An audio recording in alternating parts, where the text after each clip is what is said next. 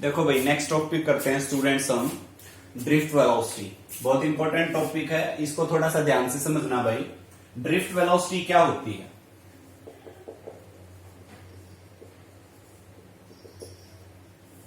Drift velocity जैसे मान लो अपने पास एक कंडक्टर है बेटा,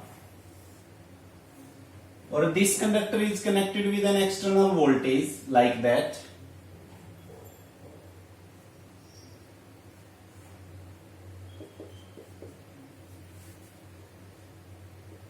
पॉजिटिव नेगेटिव एंड है, and this is negative potential और यहाँ पे पॉजिटिव कंडक्टर।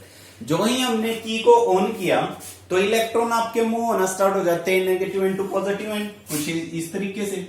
अब देखो, इलेक्ट्रॉन जब आपके नेगेटिव से पॉजिटिव की तरफ जाएंगे, इलेक्ट्रॉन नेगेटिव से पॉजिटिव की तरफ जाएंगे, तो नेगेटिव से पॉजिटिव की तरफ जाने के लिए वो स्ट्रेटली वैसे नहीं जाएंगे। जैसे अब एक बार मैं बना के बता देता हूं, ये इलेक्ट्रॉन बेटा ऐसे नहीं जाएंगे, सीधे सीधे नहीं जाएंगे। क्यों नहीं जाएंगे? क्योंकि density of the charge particle present है ना पहले ही वहां पे कंडक्टर के अंदर, तो वो स्ट्रेटली मूव नहीं करेंगे, मूव करेंगे वो रैंडम मोशन में। कैसे? जिगजैग पाथ में। कैसे जाएंगे? जिगजैग पाथ में। जिगजैग पाथ में लाइक दैट मैं अभी आपको मेंशन कर देता हूं यहाँ पे। जैसे कोई इलेक्ट्रॉन यहां से स्टार्ट हुआ, वो इधर आया, फिर कोलिजन हुआ, कोलिजन के बाद इधर चला गया, फिर कोलिजन हुआ, कोलिजन के बाद ये इधर चला गया, फिर कोलिजन हुआ, कोलिजन के बाद ये यहां आ गया, और इसके बाद ये कुछ इस तरीके से। तो इलेक्ट्रॉन आपका कुछ ऐसे ड्रिफ्ट होते हुए जाएगा। ड्रिफ्ट वर्ड यूज कर लिया मैंने। इलेक्ट्रॉन आपका जहां जहां से इसको रास्ता मिलेगा ऐसे जाता चला जाएगा, ठीक है। तो इस एक इलेक्ट्रॉन का n नंबर ऑफ कोलिजन में जो एवरेज स्पीड बनेगी उसको हम क्या कहेंगे? Drift velocity. क्या कहेंगे? Drift velocity. कोई भी चार्ज पार्टिकल है, इलेक्ट्रॉन है बेटा, वो इलेक्ट्रॉन एक एंड से दूसरे एंड की तरफ जाते हुए मान लो कितने नंबर ऑफ कोलिजन करता है? n नंबर ऑफ कोलिजन करता है।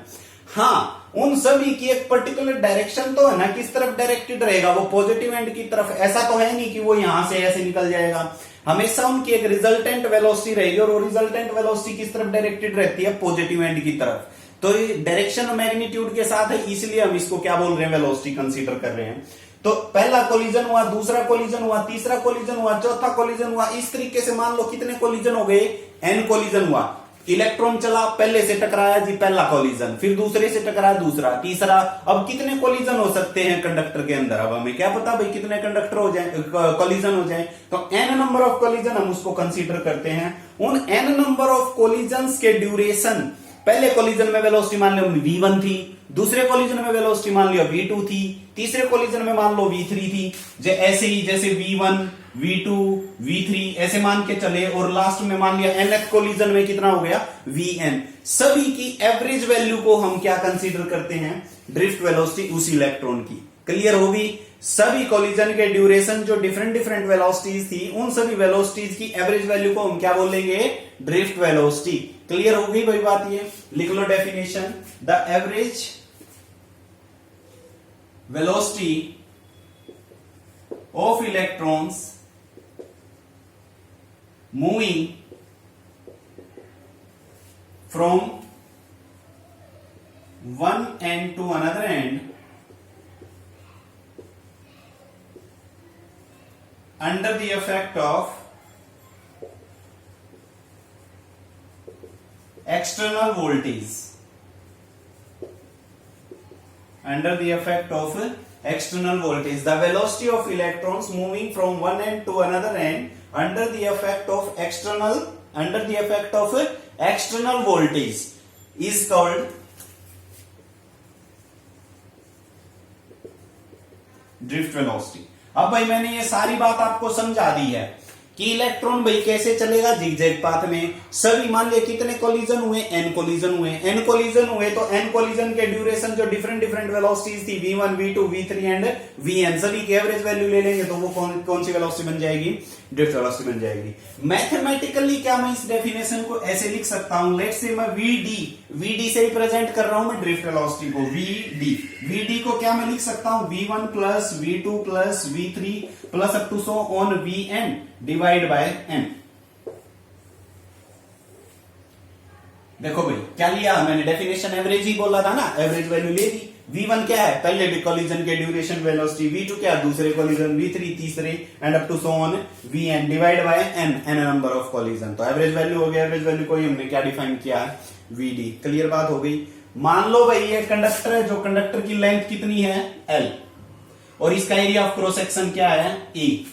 एरिया ऑफ क्रॉस सेक्शन जी मतलब कितना वो, जैसे अब ये मार्कर है, मार्कर को मैं यहां से कट करूं तो एरिया ऑफ क्रॉस सेक्शन मैंने 11th क्लास में आपको बताया बेटा अच्छे से क्या होता है। तो एरिया ऑफ क्रॉस सेक्शन और एल लेंथ है। हाँ एक बात और मैं मान लेता हूं, मान लो इलेक्ट्रॉन को इस एंड से उस एंड पे जाने में लगा टाइम कितना है, टी। ये तीन चीजें अज्यूम कर ली मैंने। Let the length of the conductor is L, area of cross section is A, and the time taken by the electron to complete one end to another end travelling distance, that is called T time. Clear हो गया। और कितनी velocity से चल रहा है वो आपको पता है, वीडी से। कितनी वेलोसिटी से चल रहा है, वीडी से। क्लियर होगी। Let's say that is your equation first. यहां तक बिल्कुल सिंपल चीजें थी।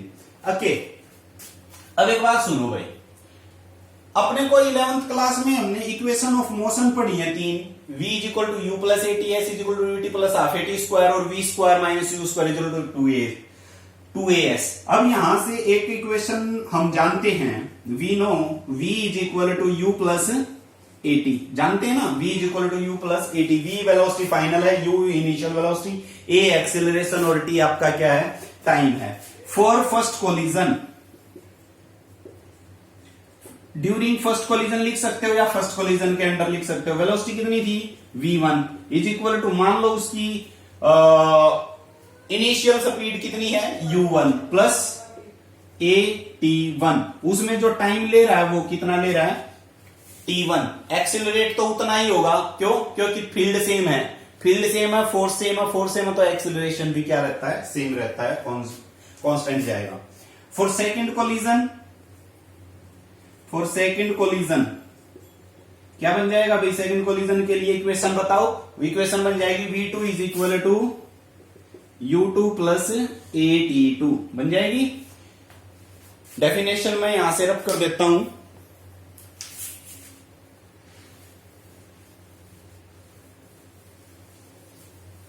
थर्ड के लिए क्या बन जाएगा, इक्वेशन फॉर थर्ड कोलिजन,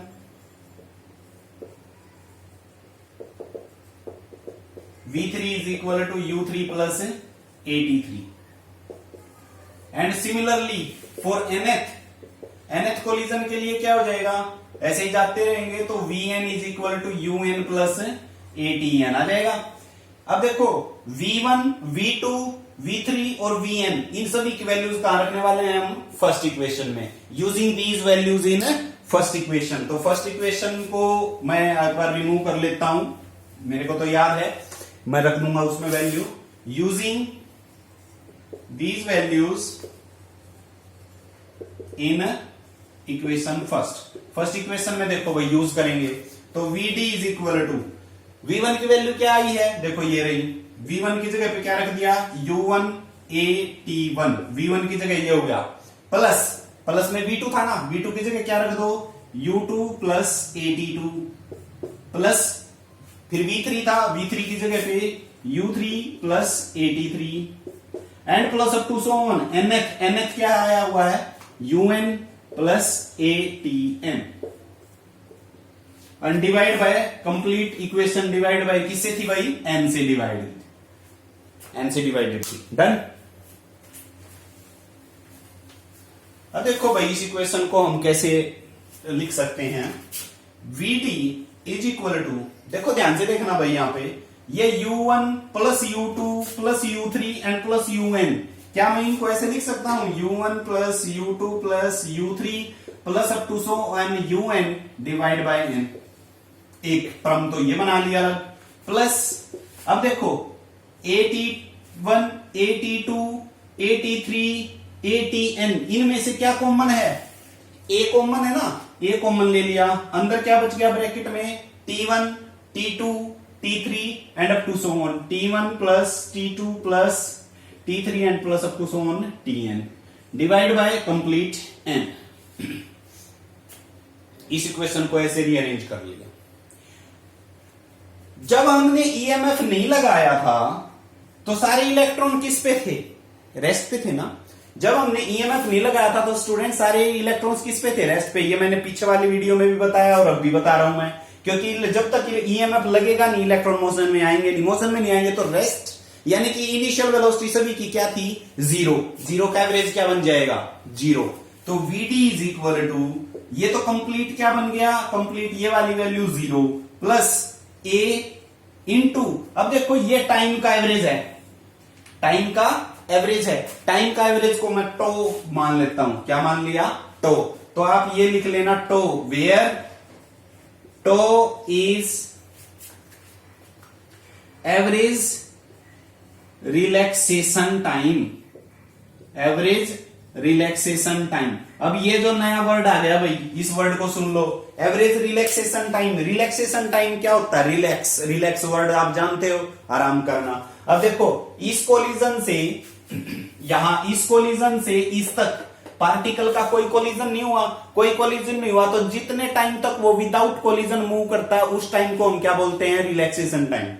पहला रिलैक्सेशन टाइम, टकरा गया वो कंसीडर नहीं किया, फिर टकराने के पहली टक्कर और दूसरी टक्कर के बीच में जो टाइम था विदाउट कोलिजन, वो फिर से दूसरा रिलैक्सेशन टाइम, तीसरा रिलैक्सेशन टाइम, चौथा, और सभी की एवरेज वैल्यू मैंने पहले क्या मान ली, यहाँ पे एवरेज वैल्यू क्या मान रखी है, टो। तो टो आपका क्या है, एवरेज रिलैक्सेशन टाइम। टो क्या है, एवरेज रिलैक्सेशन टाइम। यहां पे भी आप टो मान सकते हो कि टो में वो पहुंच गया, ठीक है। तो average relaxation time, relaxation word हो गया क्लियर बेटा। तो रिलैक्सेशन टाइम एवरेज क्या मान लिया, टो। तो वीडी इज इक्वल टू, अपने पास इक्वेशन बन गई, VD is equal to a into tau. इसको बनाया भाई हमने सेकेंड इक्वेशन। यहां तक क्लियर हो गई सारी बातें, ठीक है। अब आगे बढ़ो।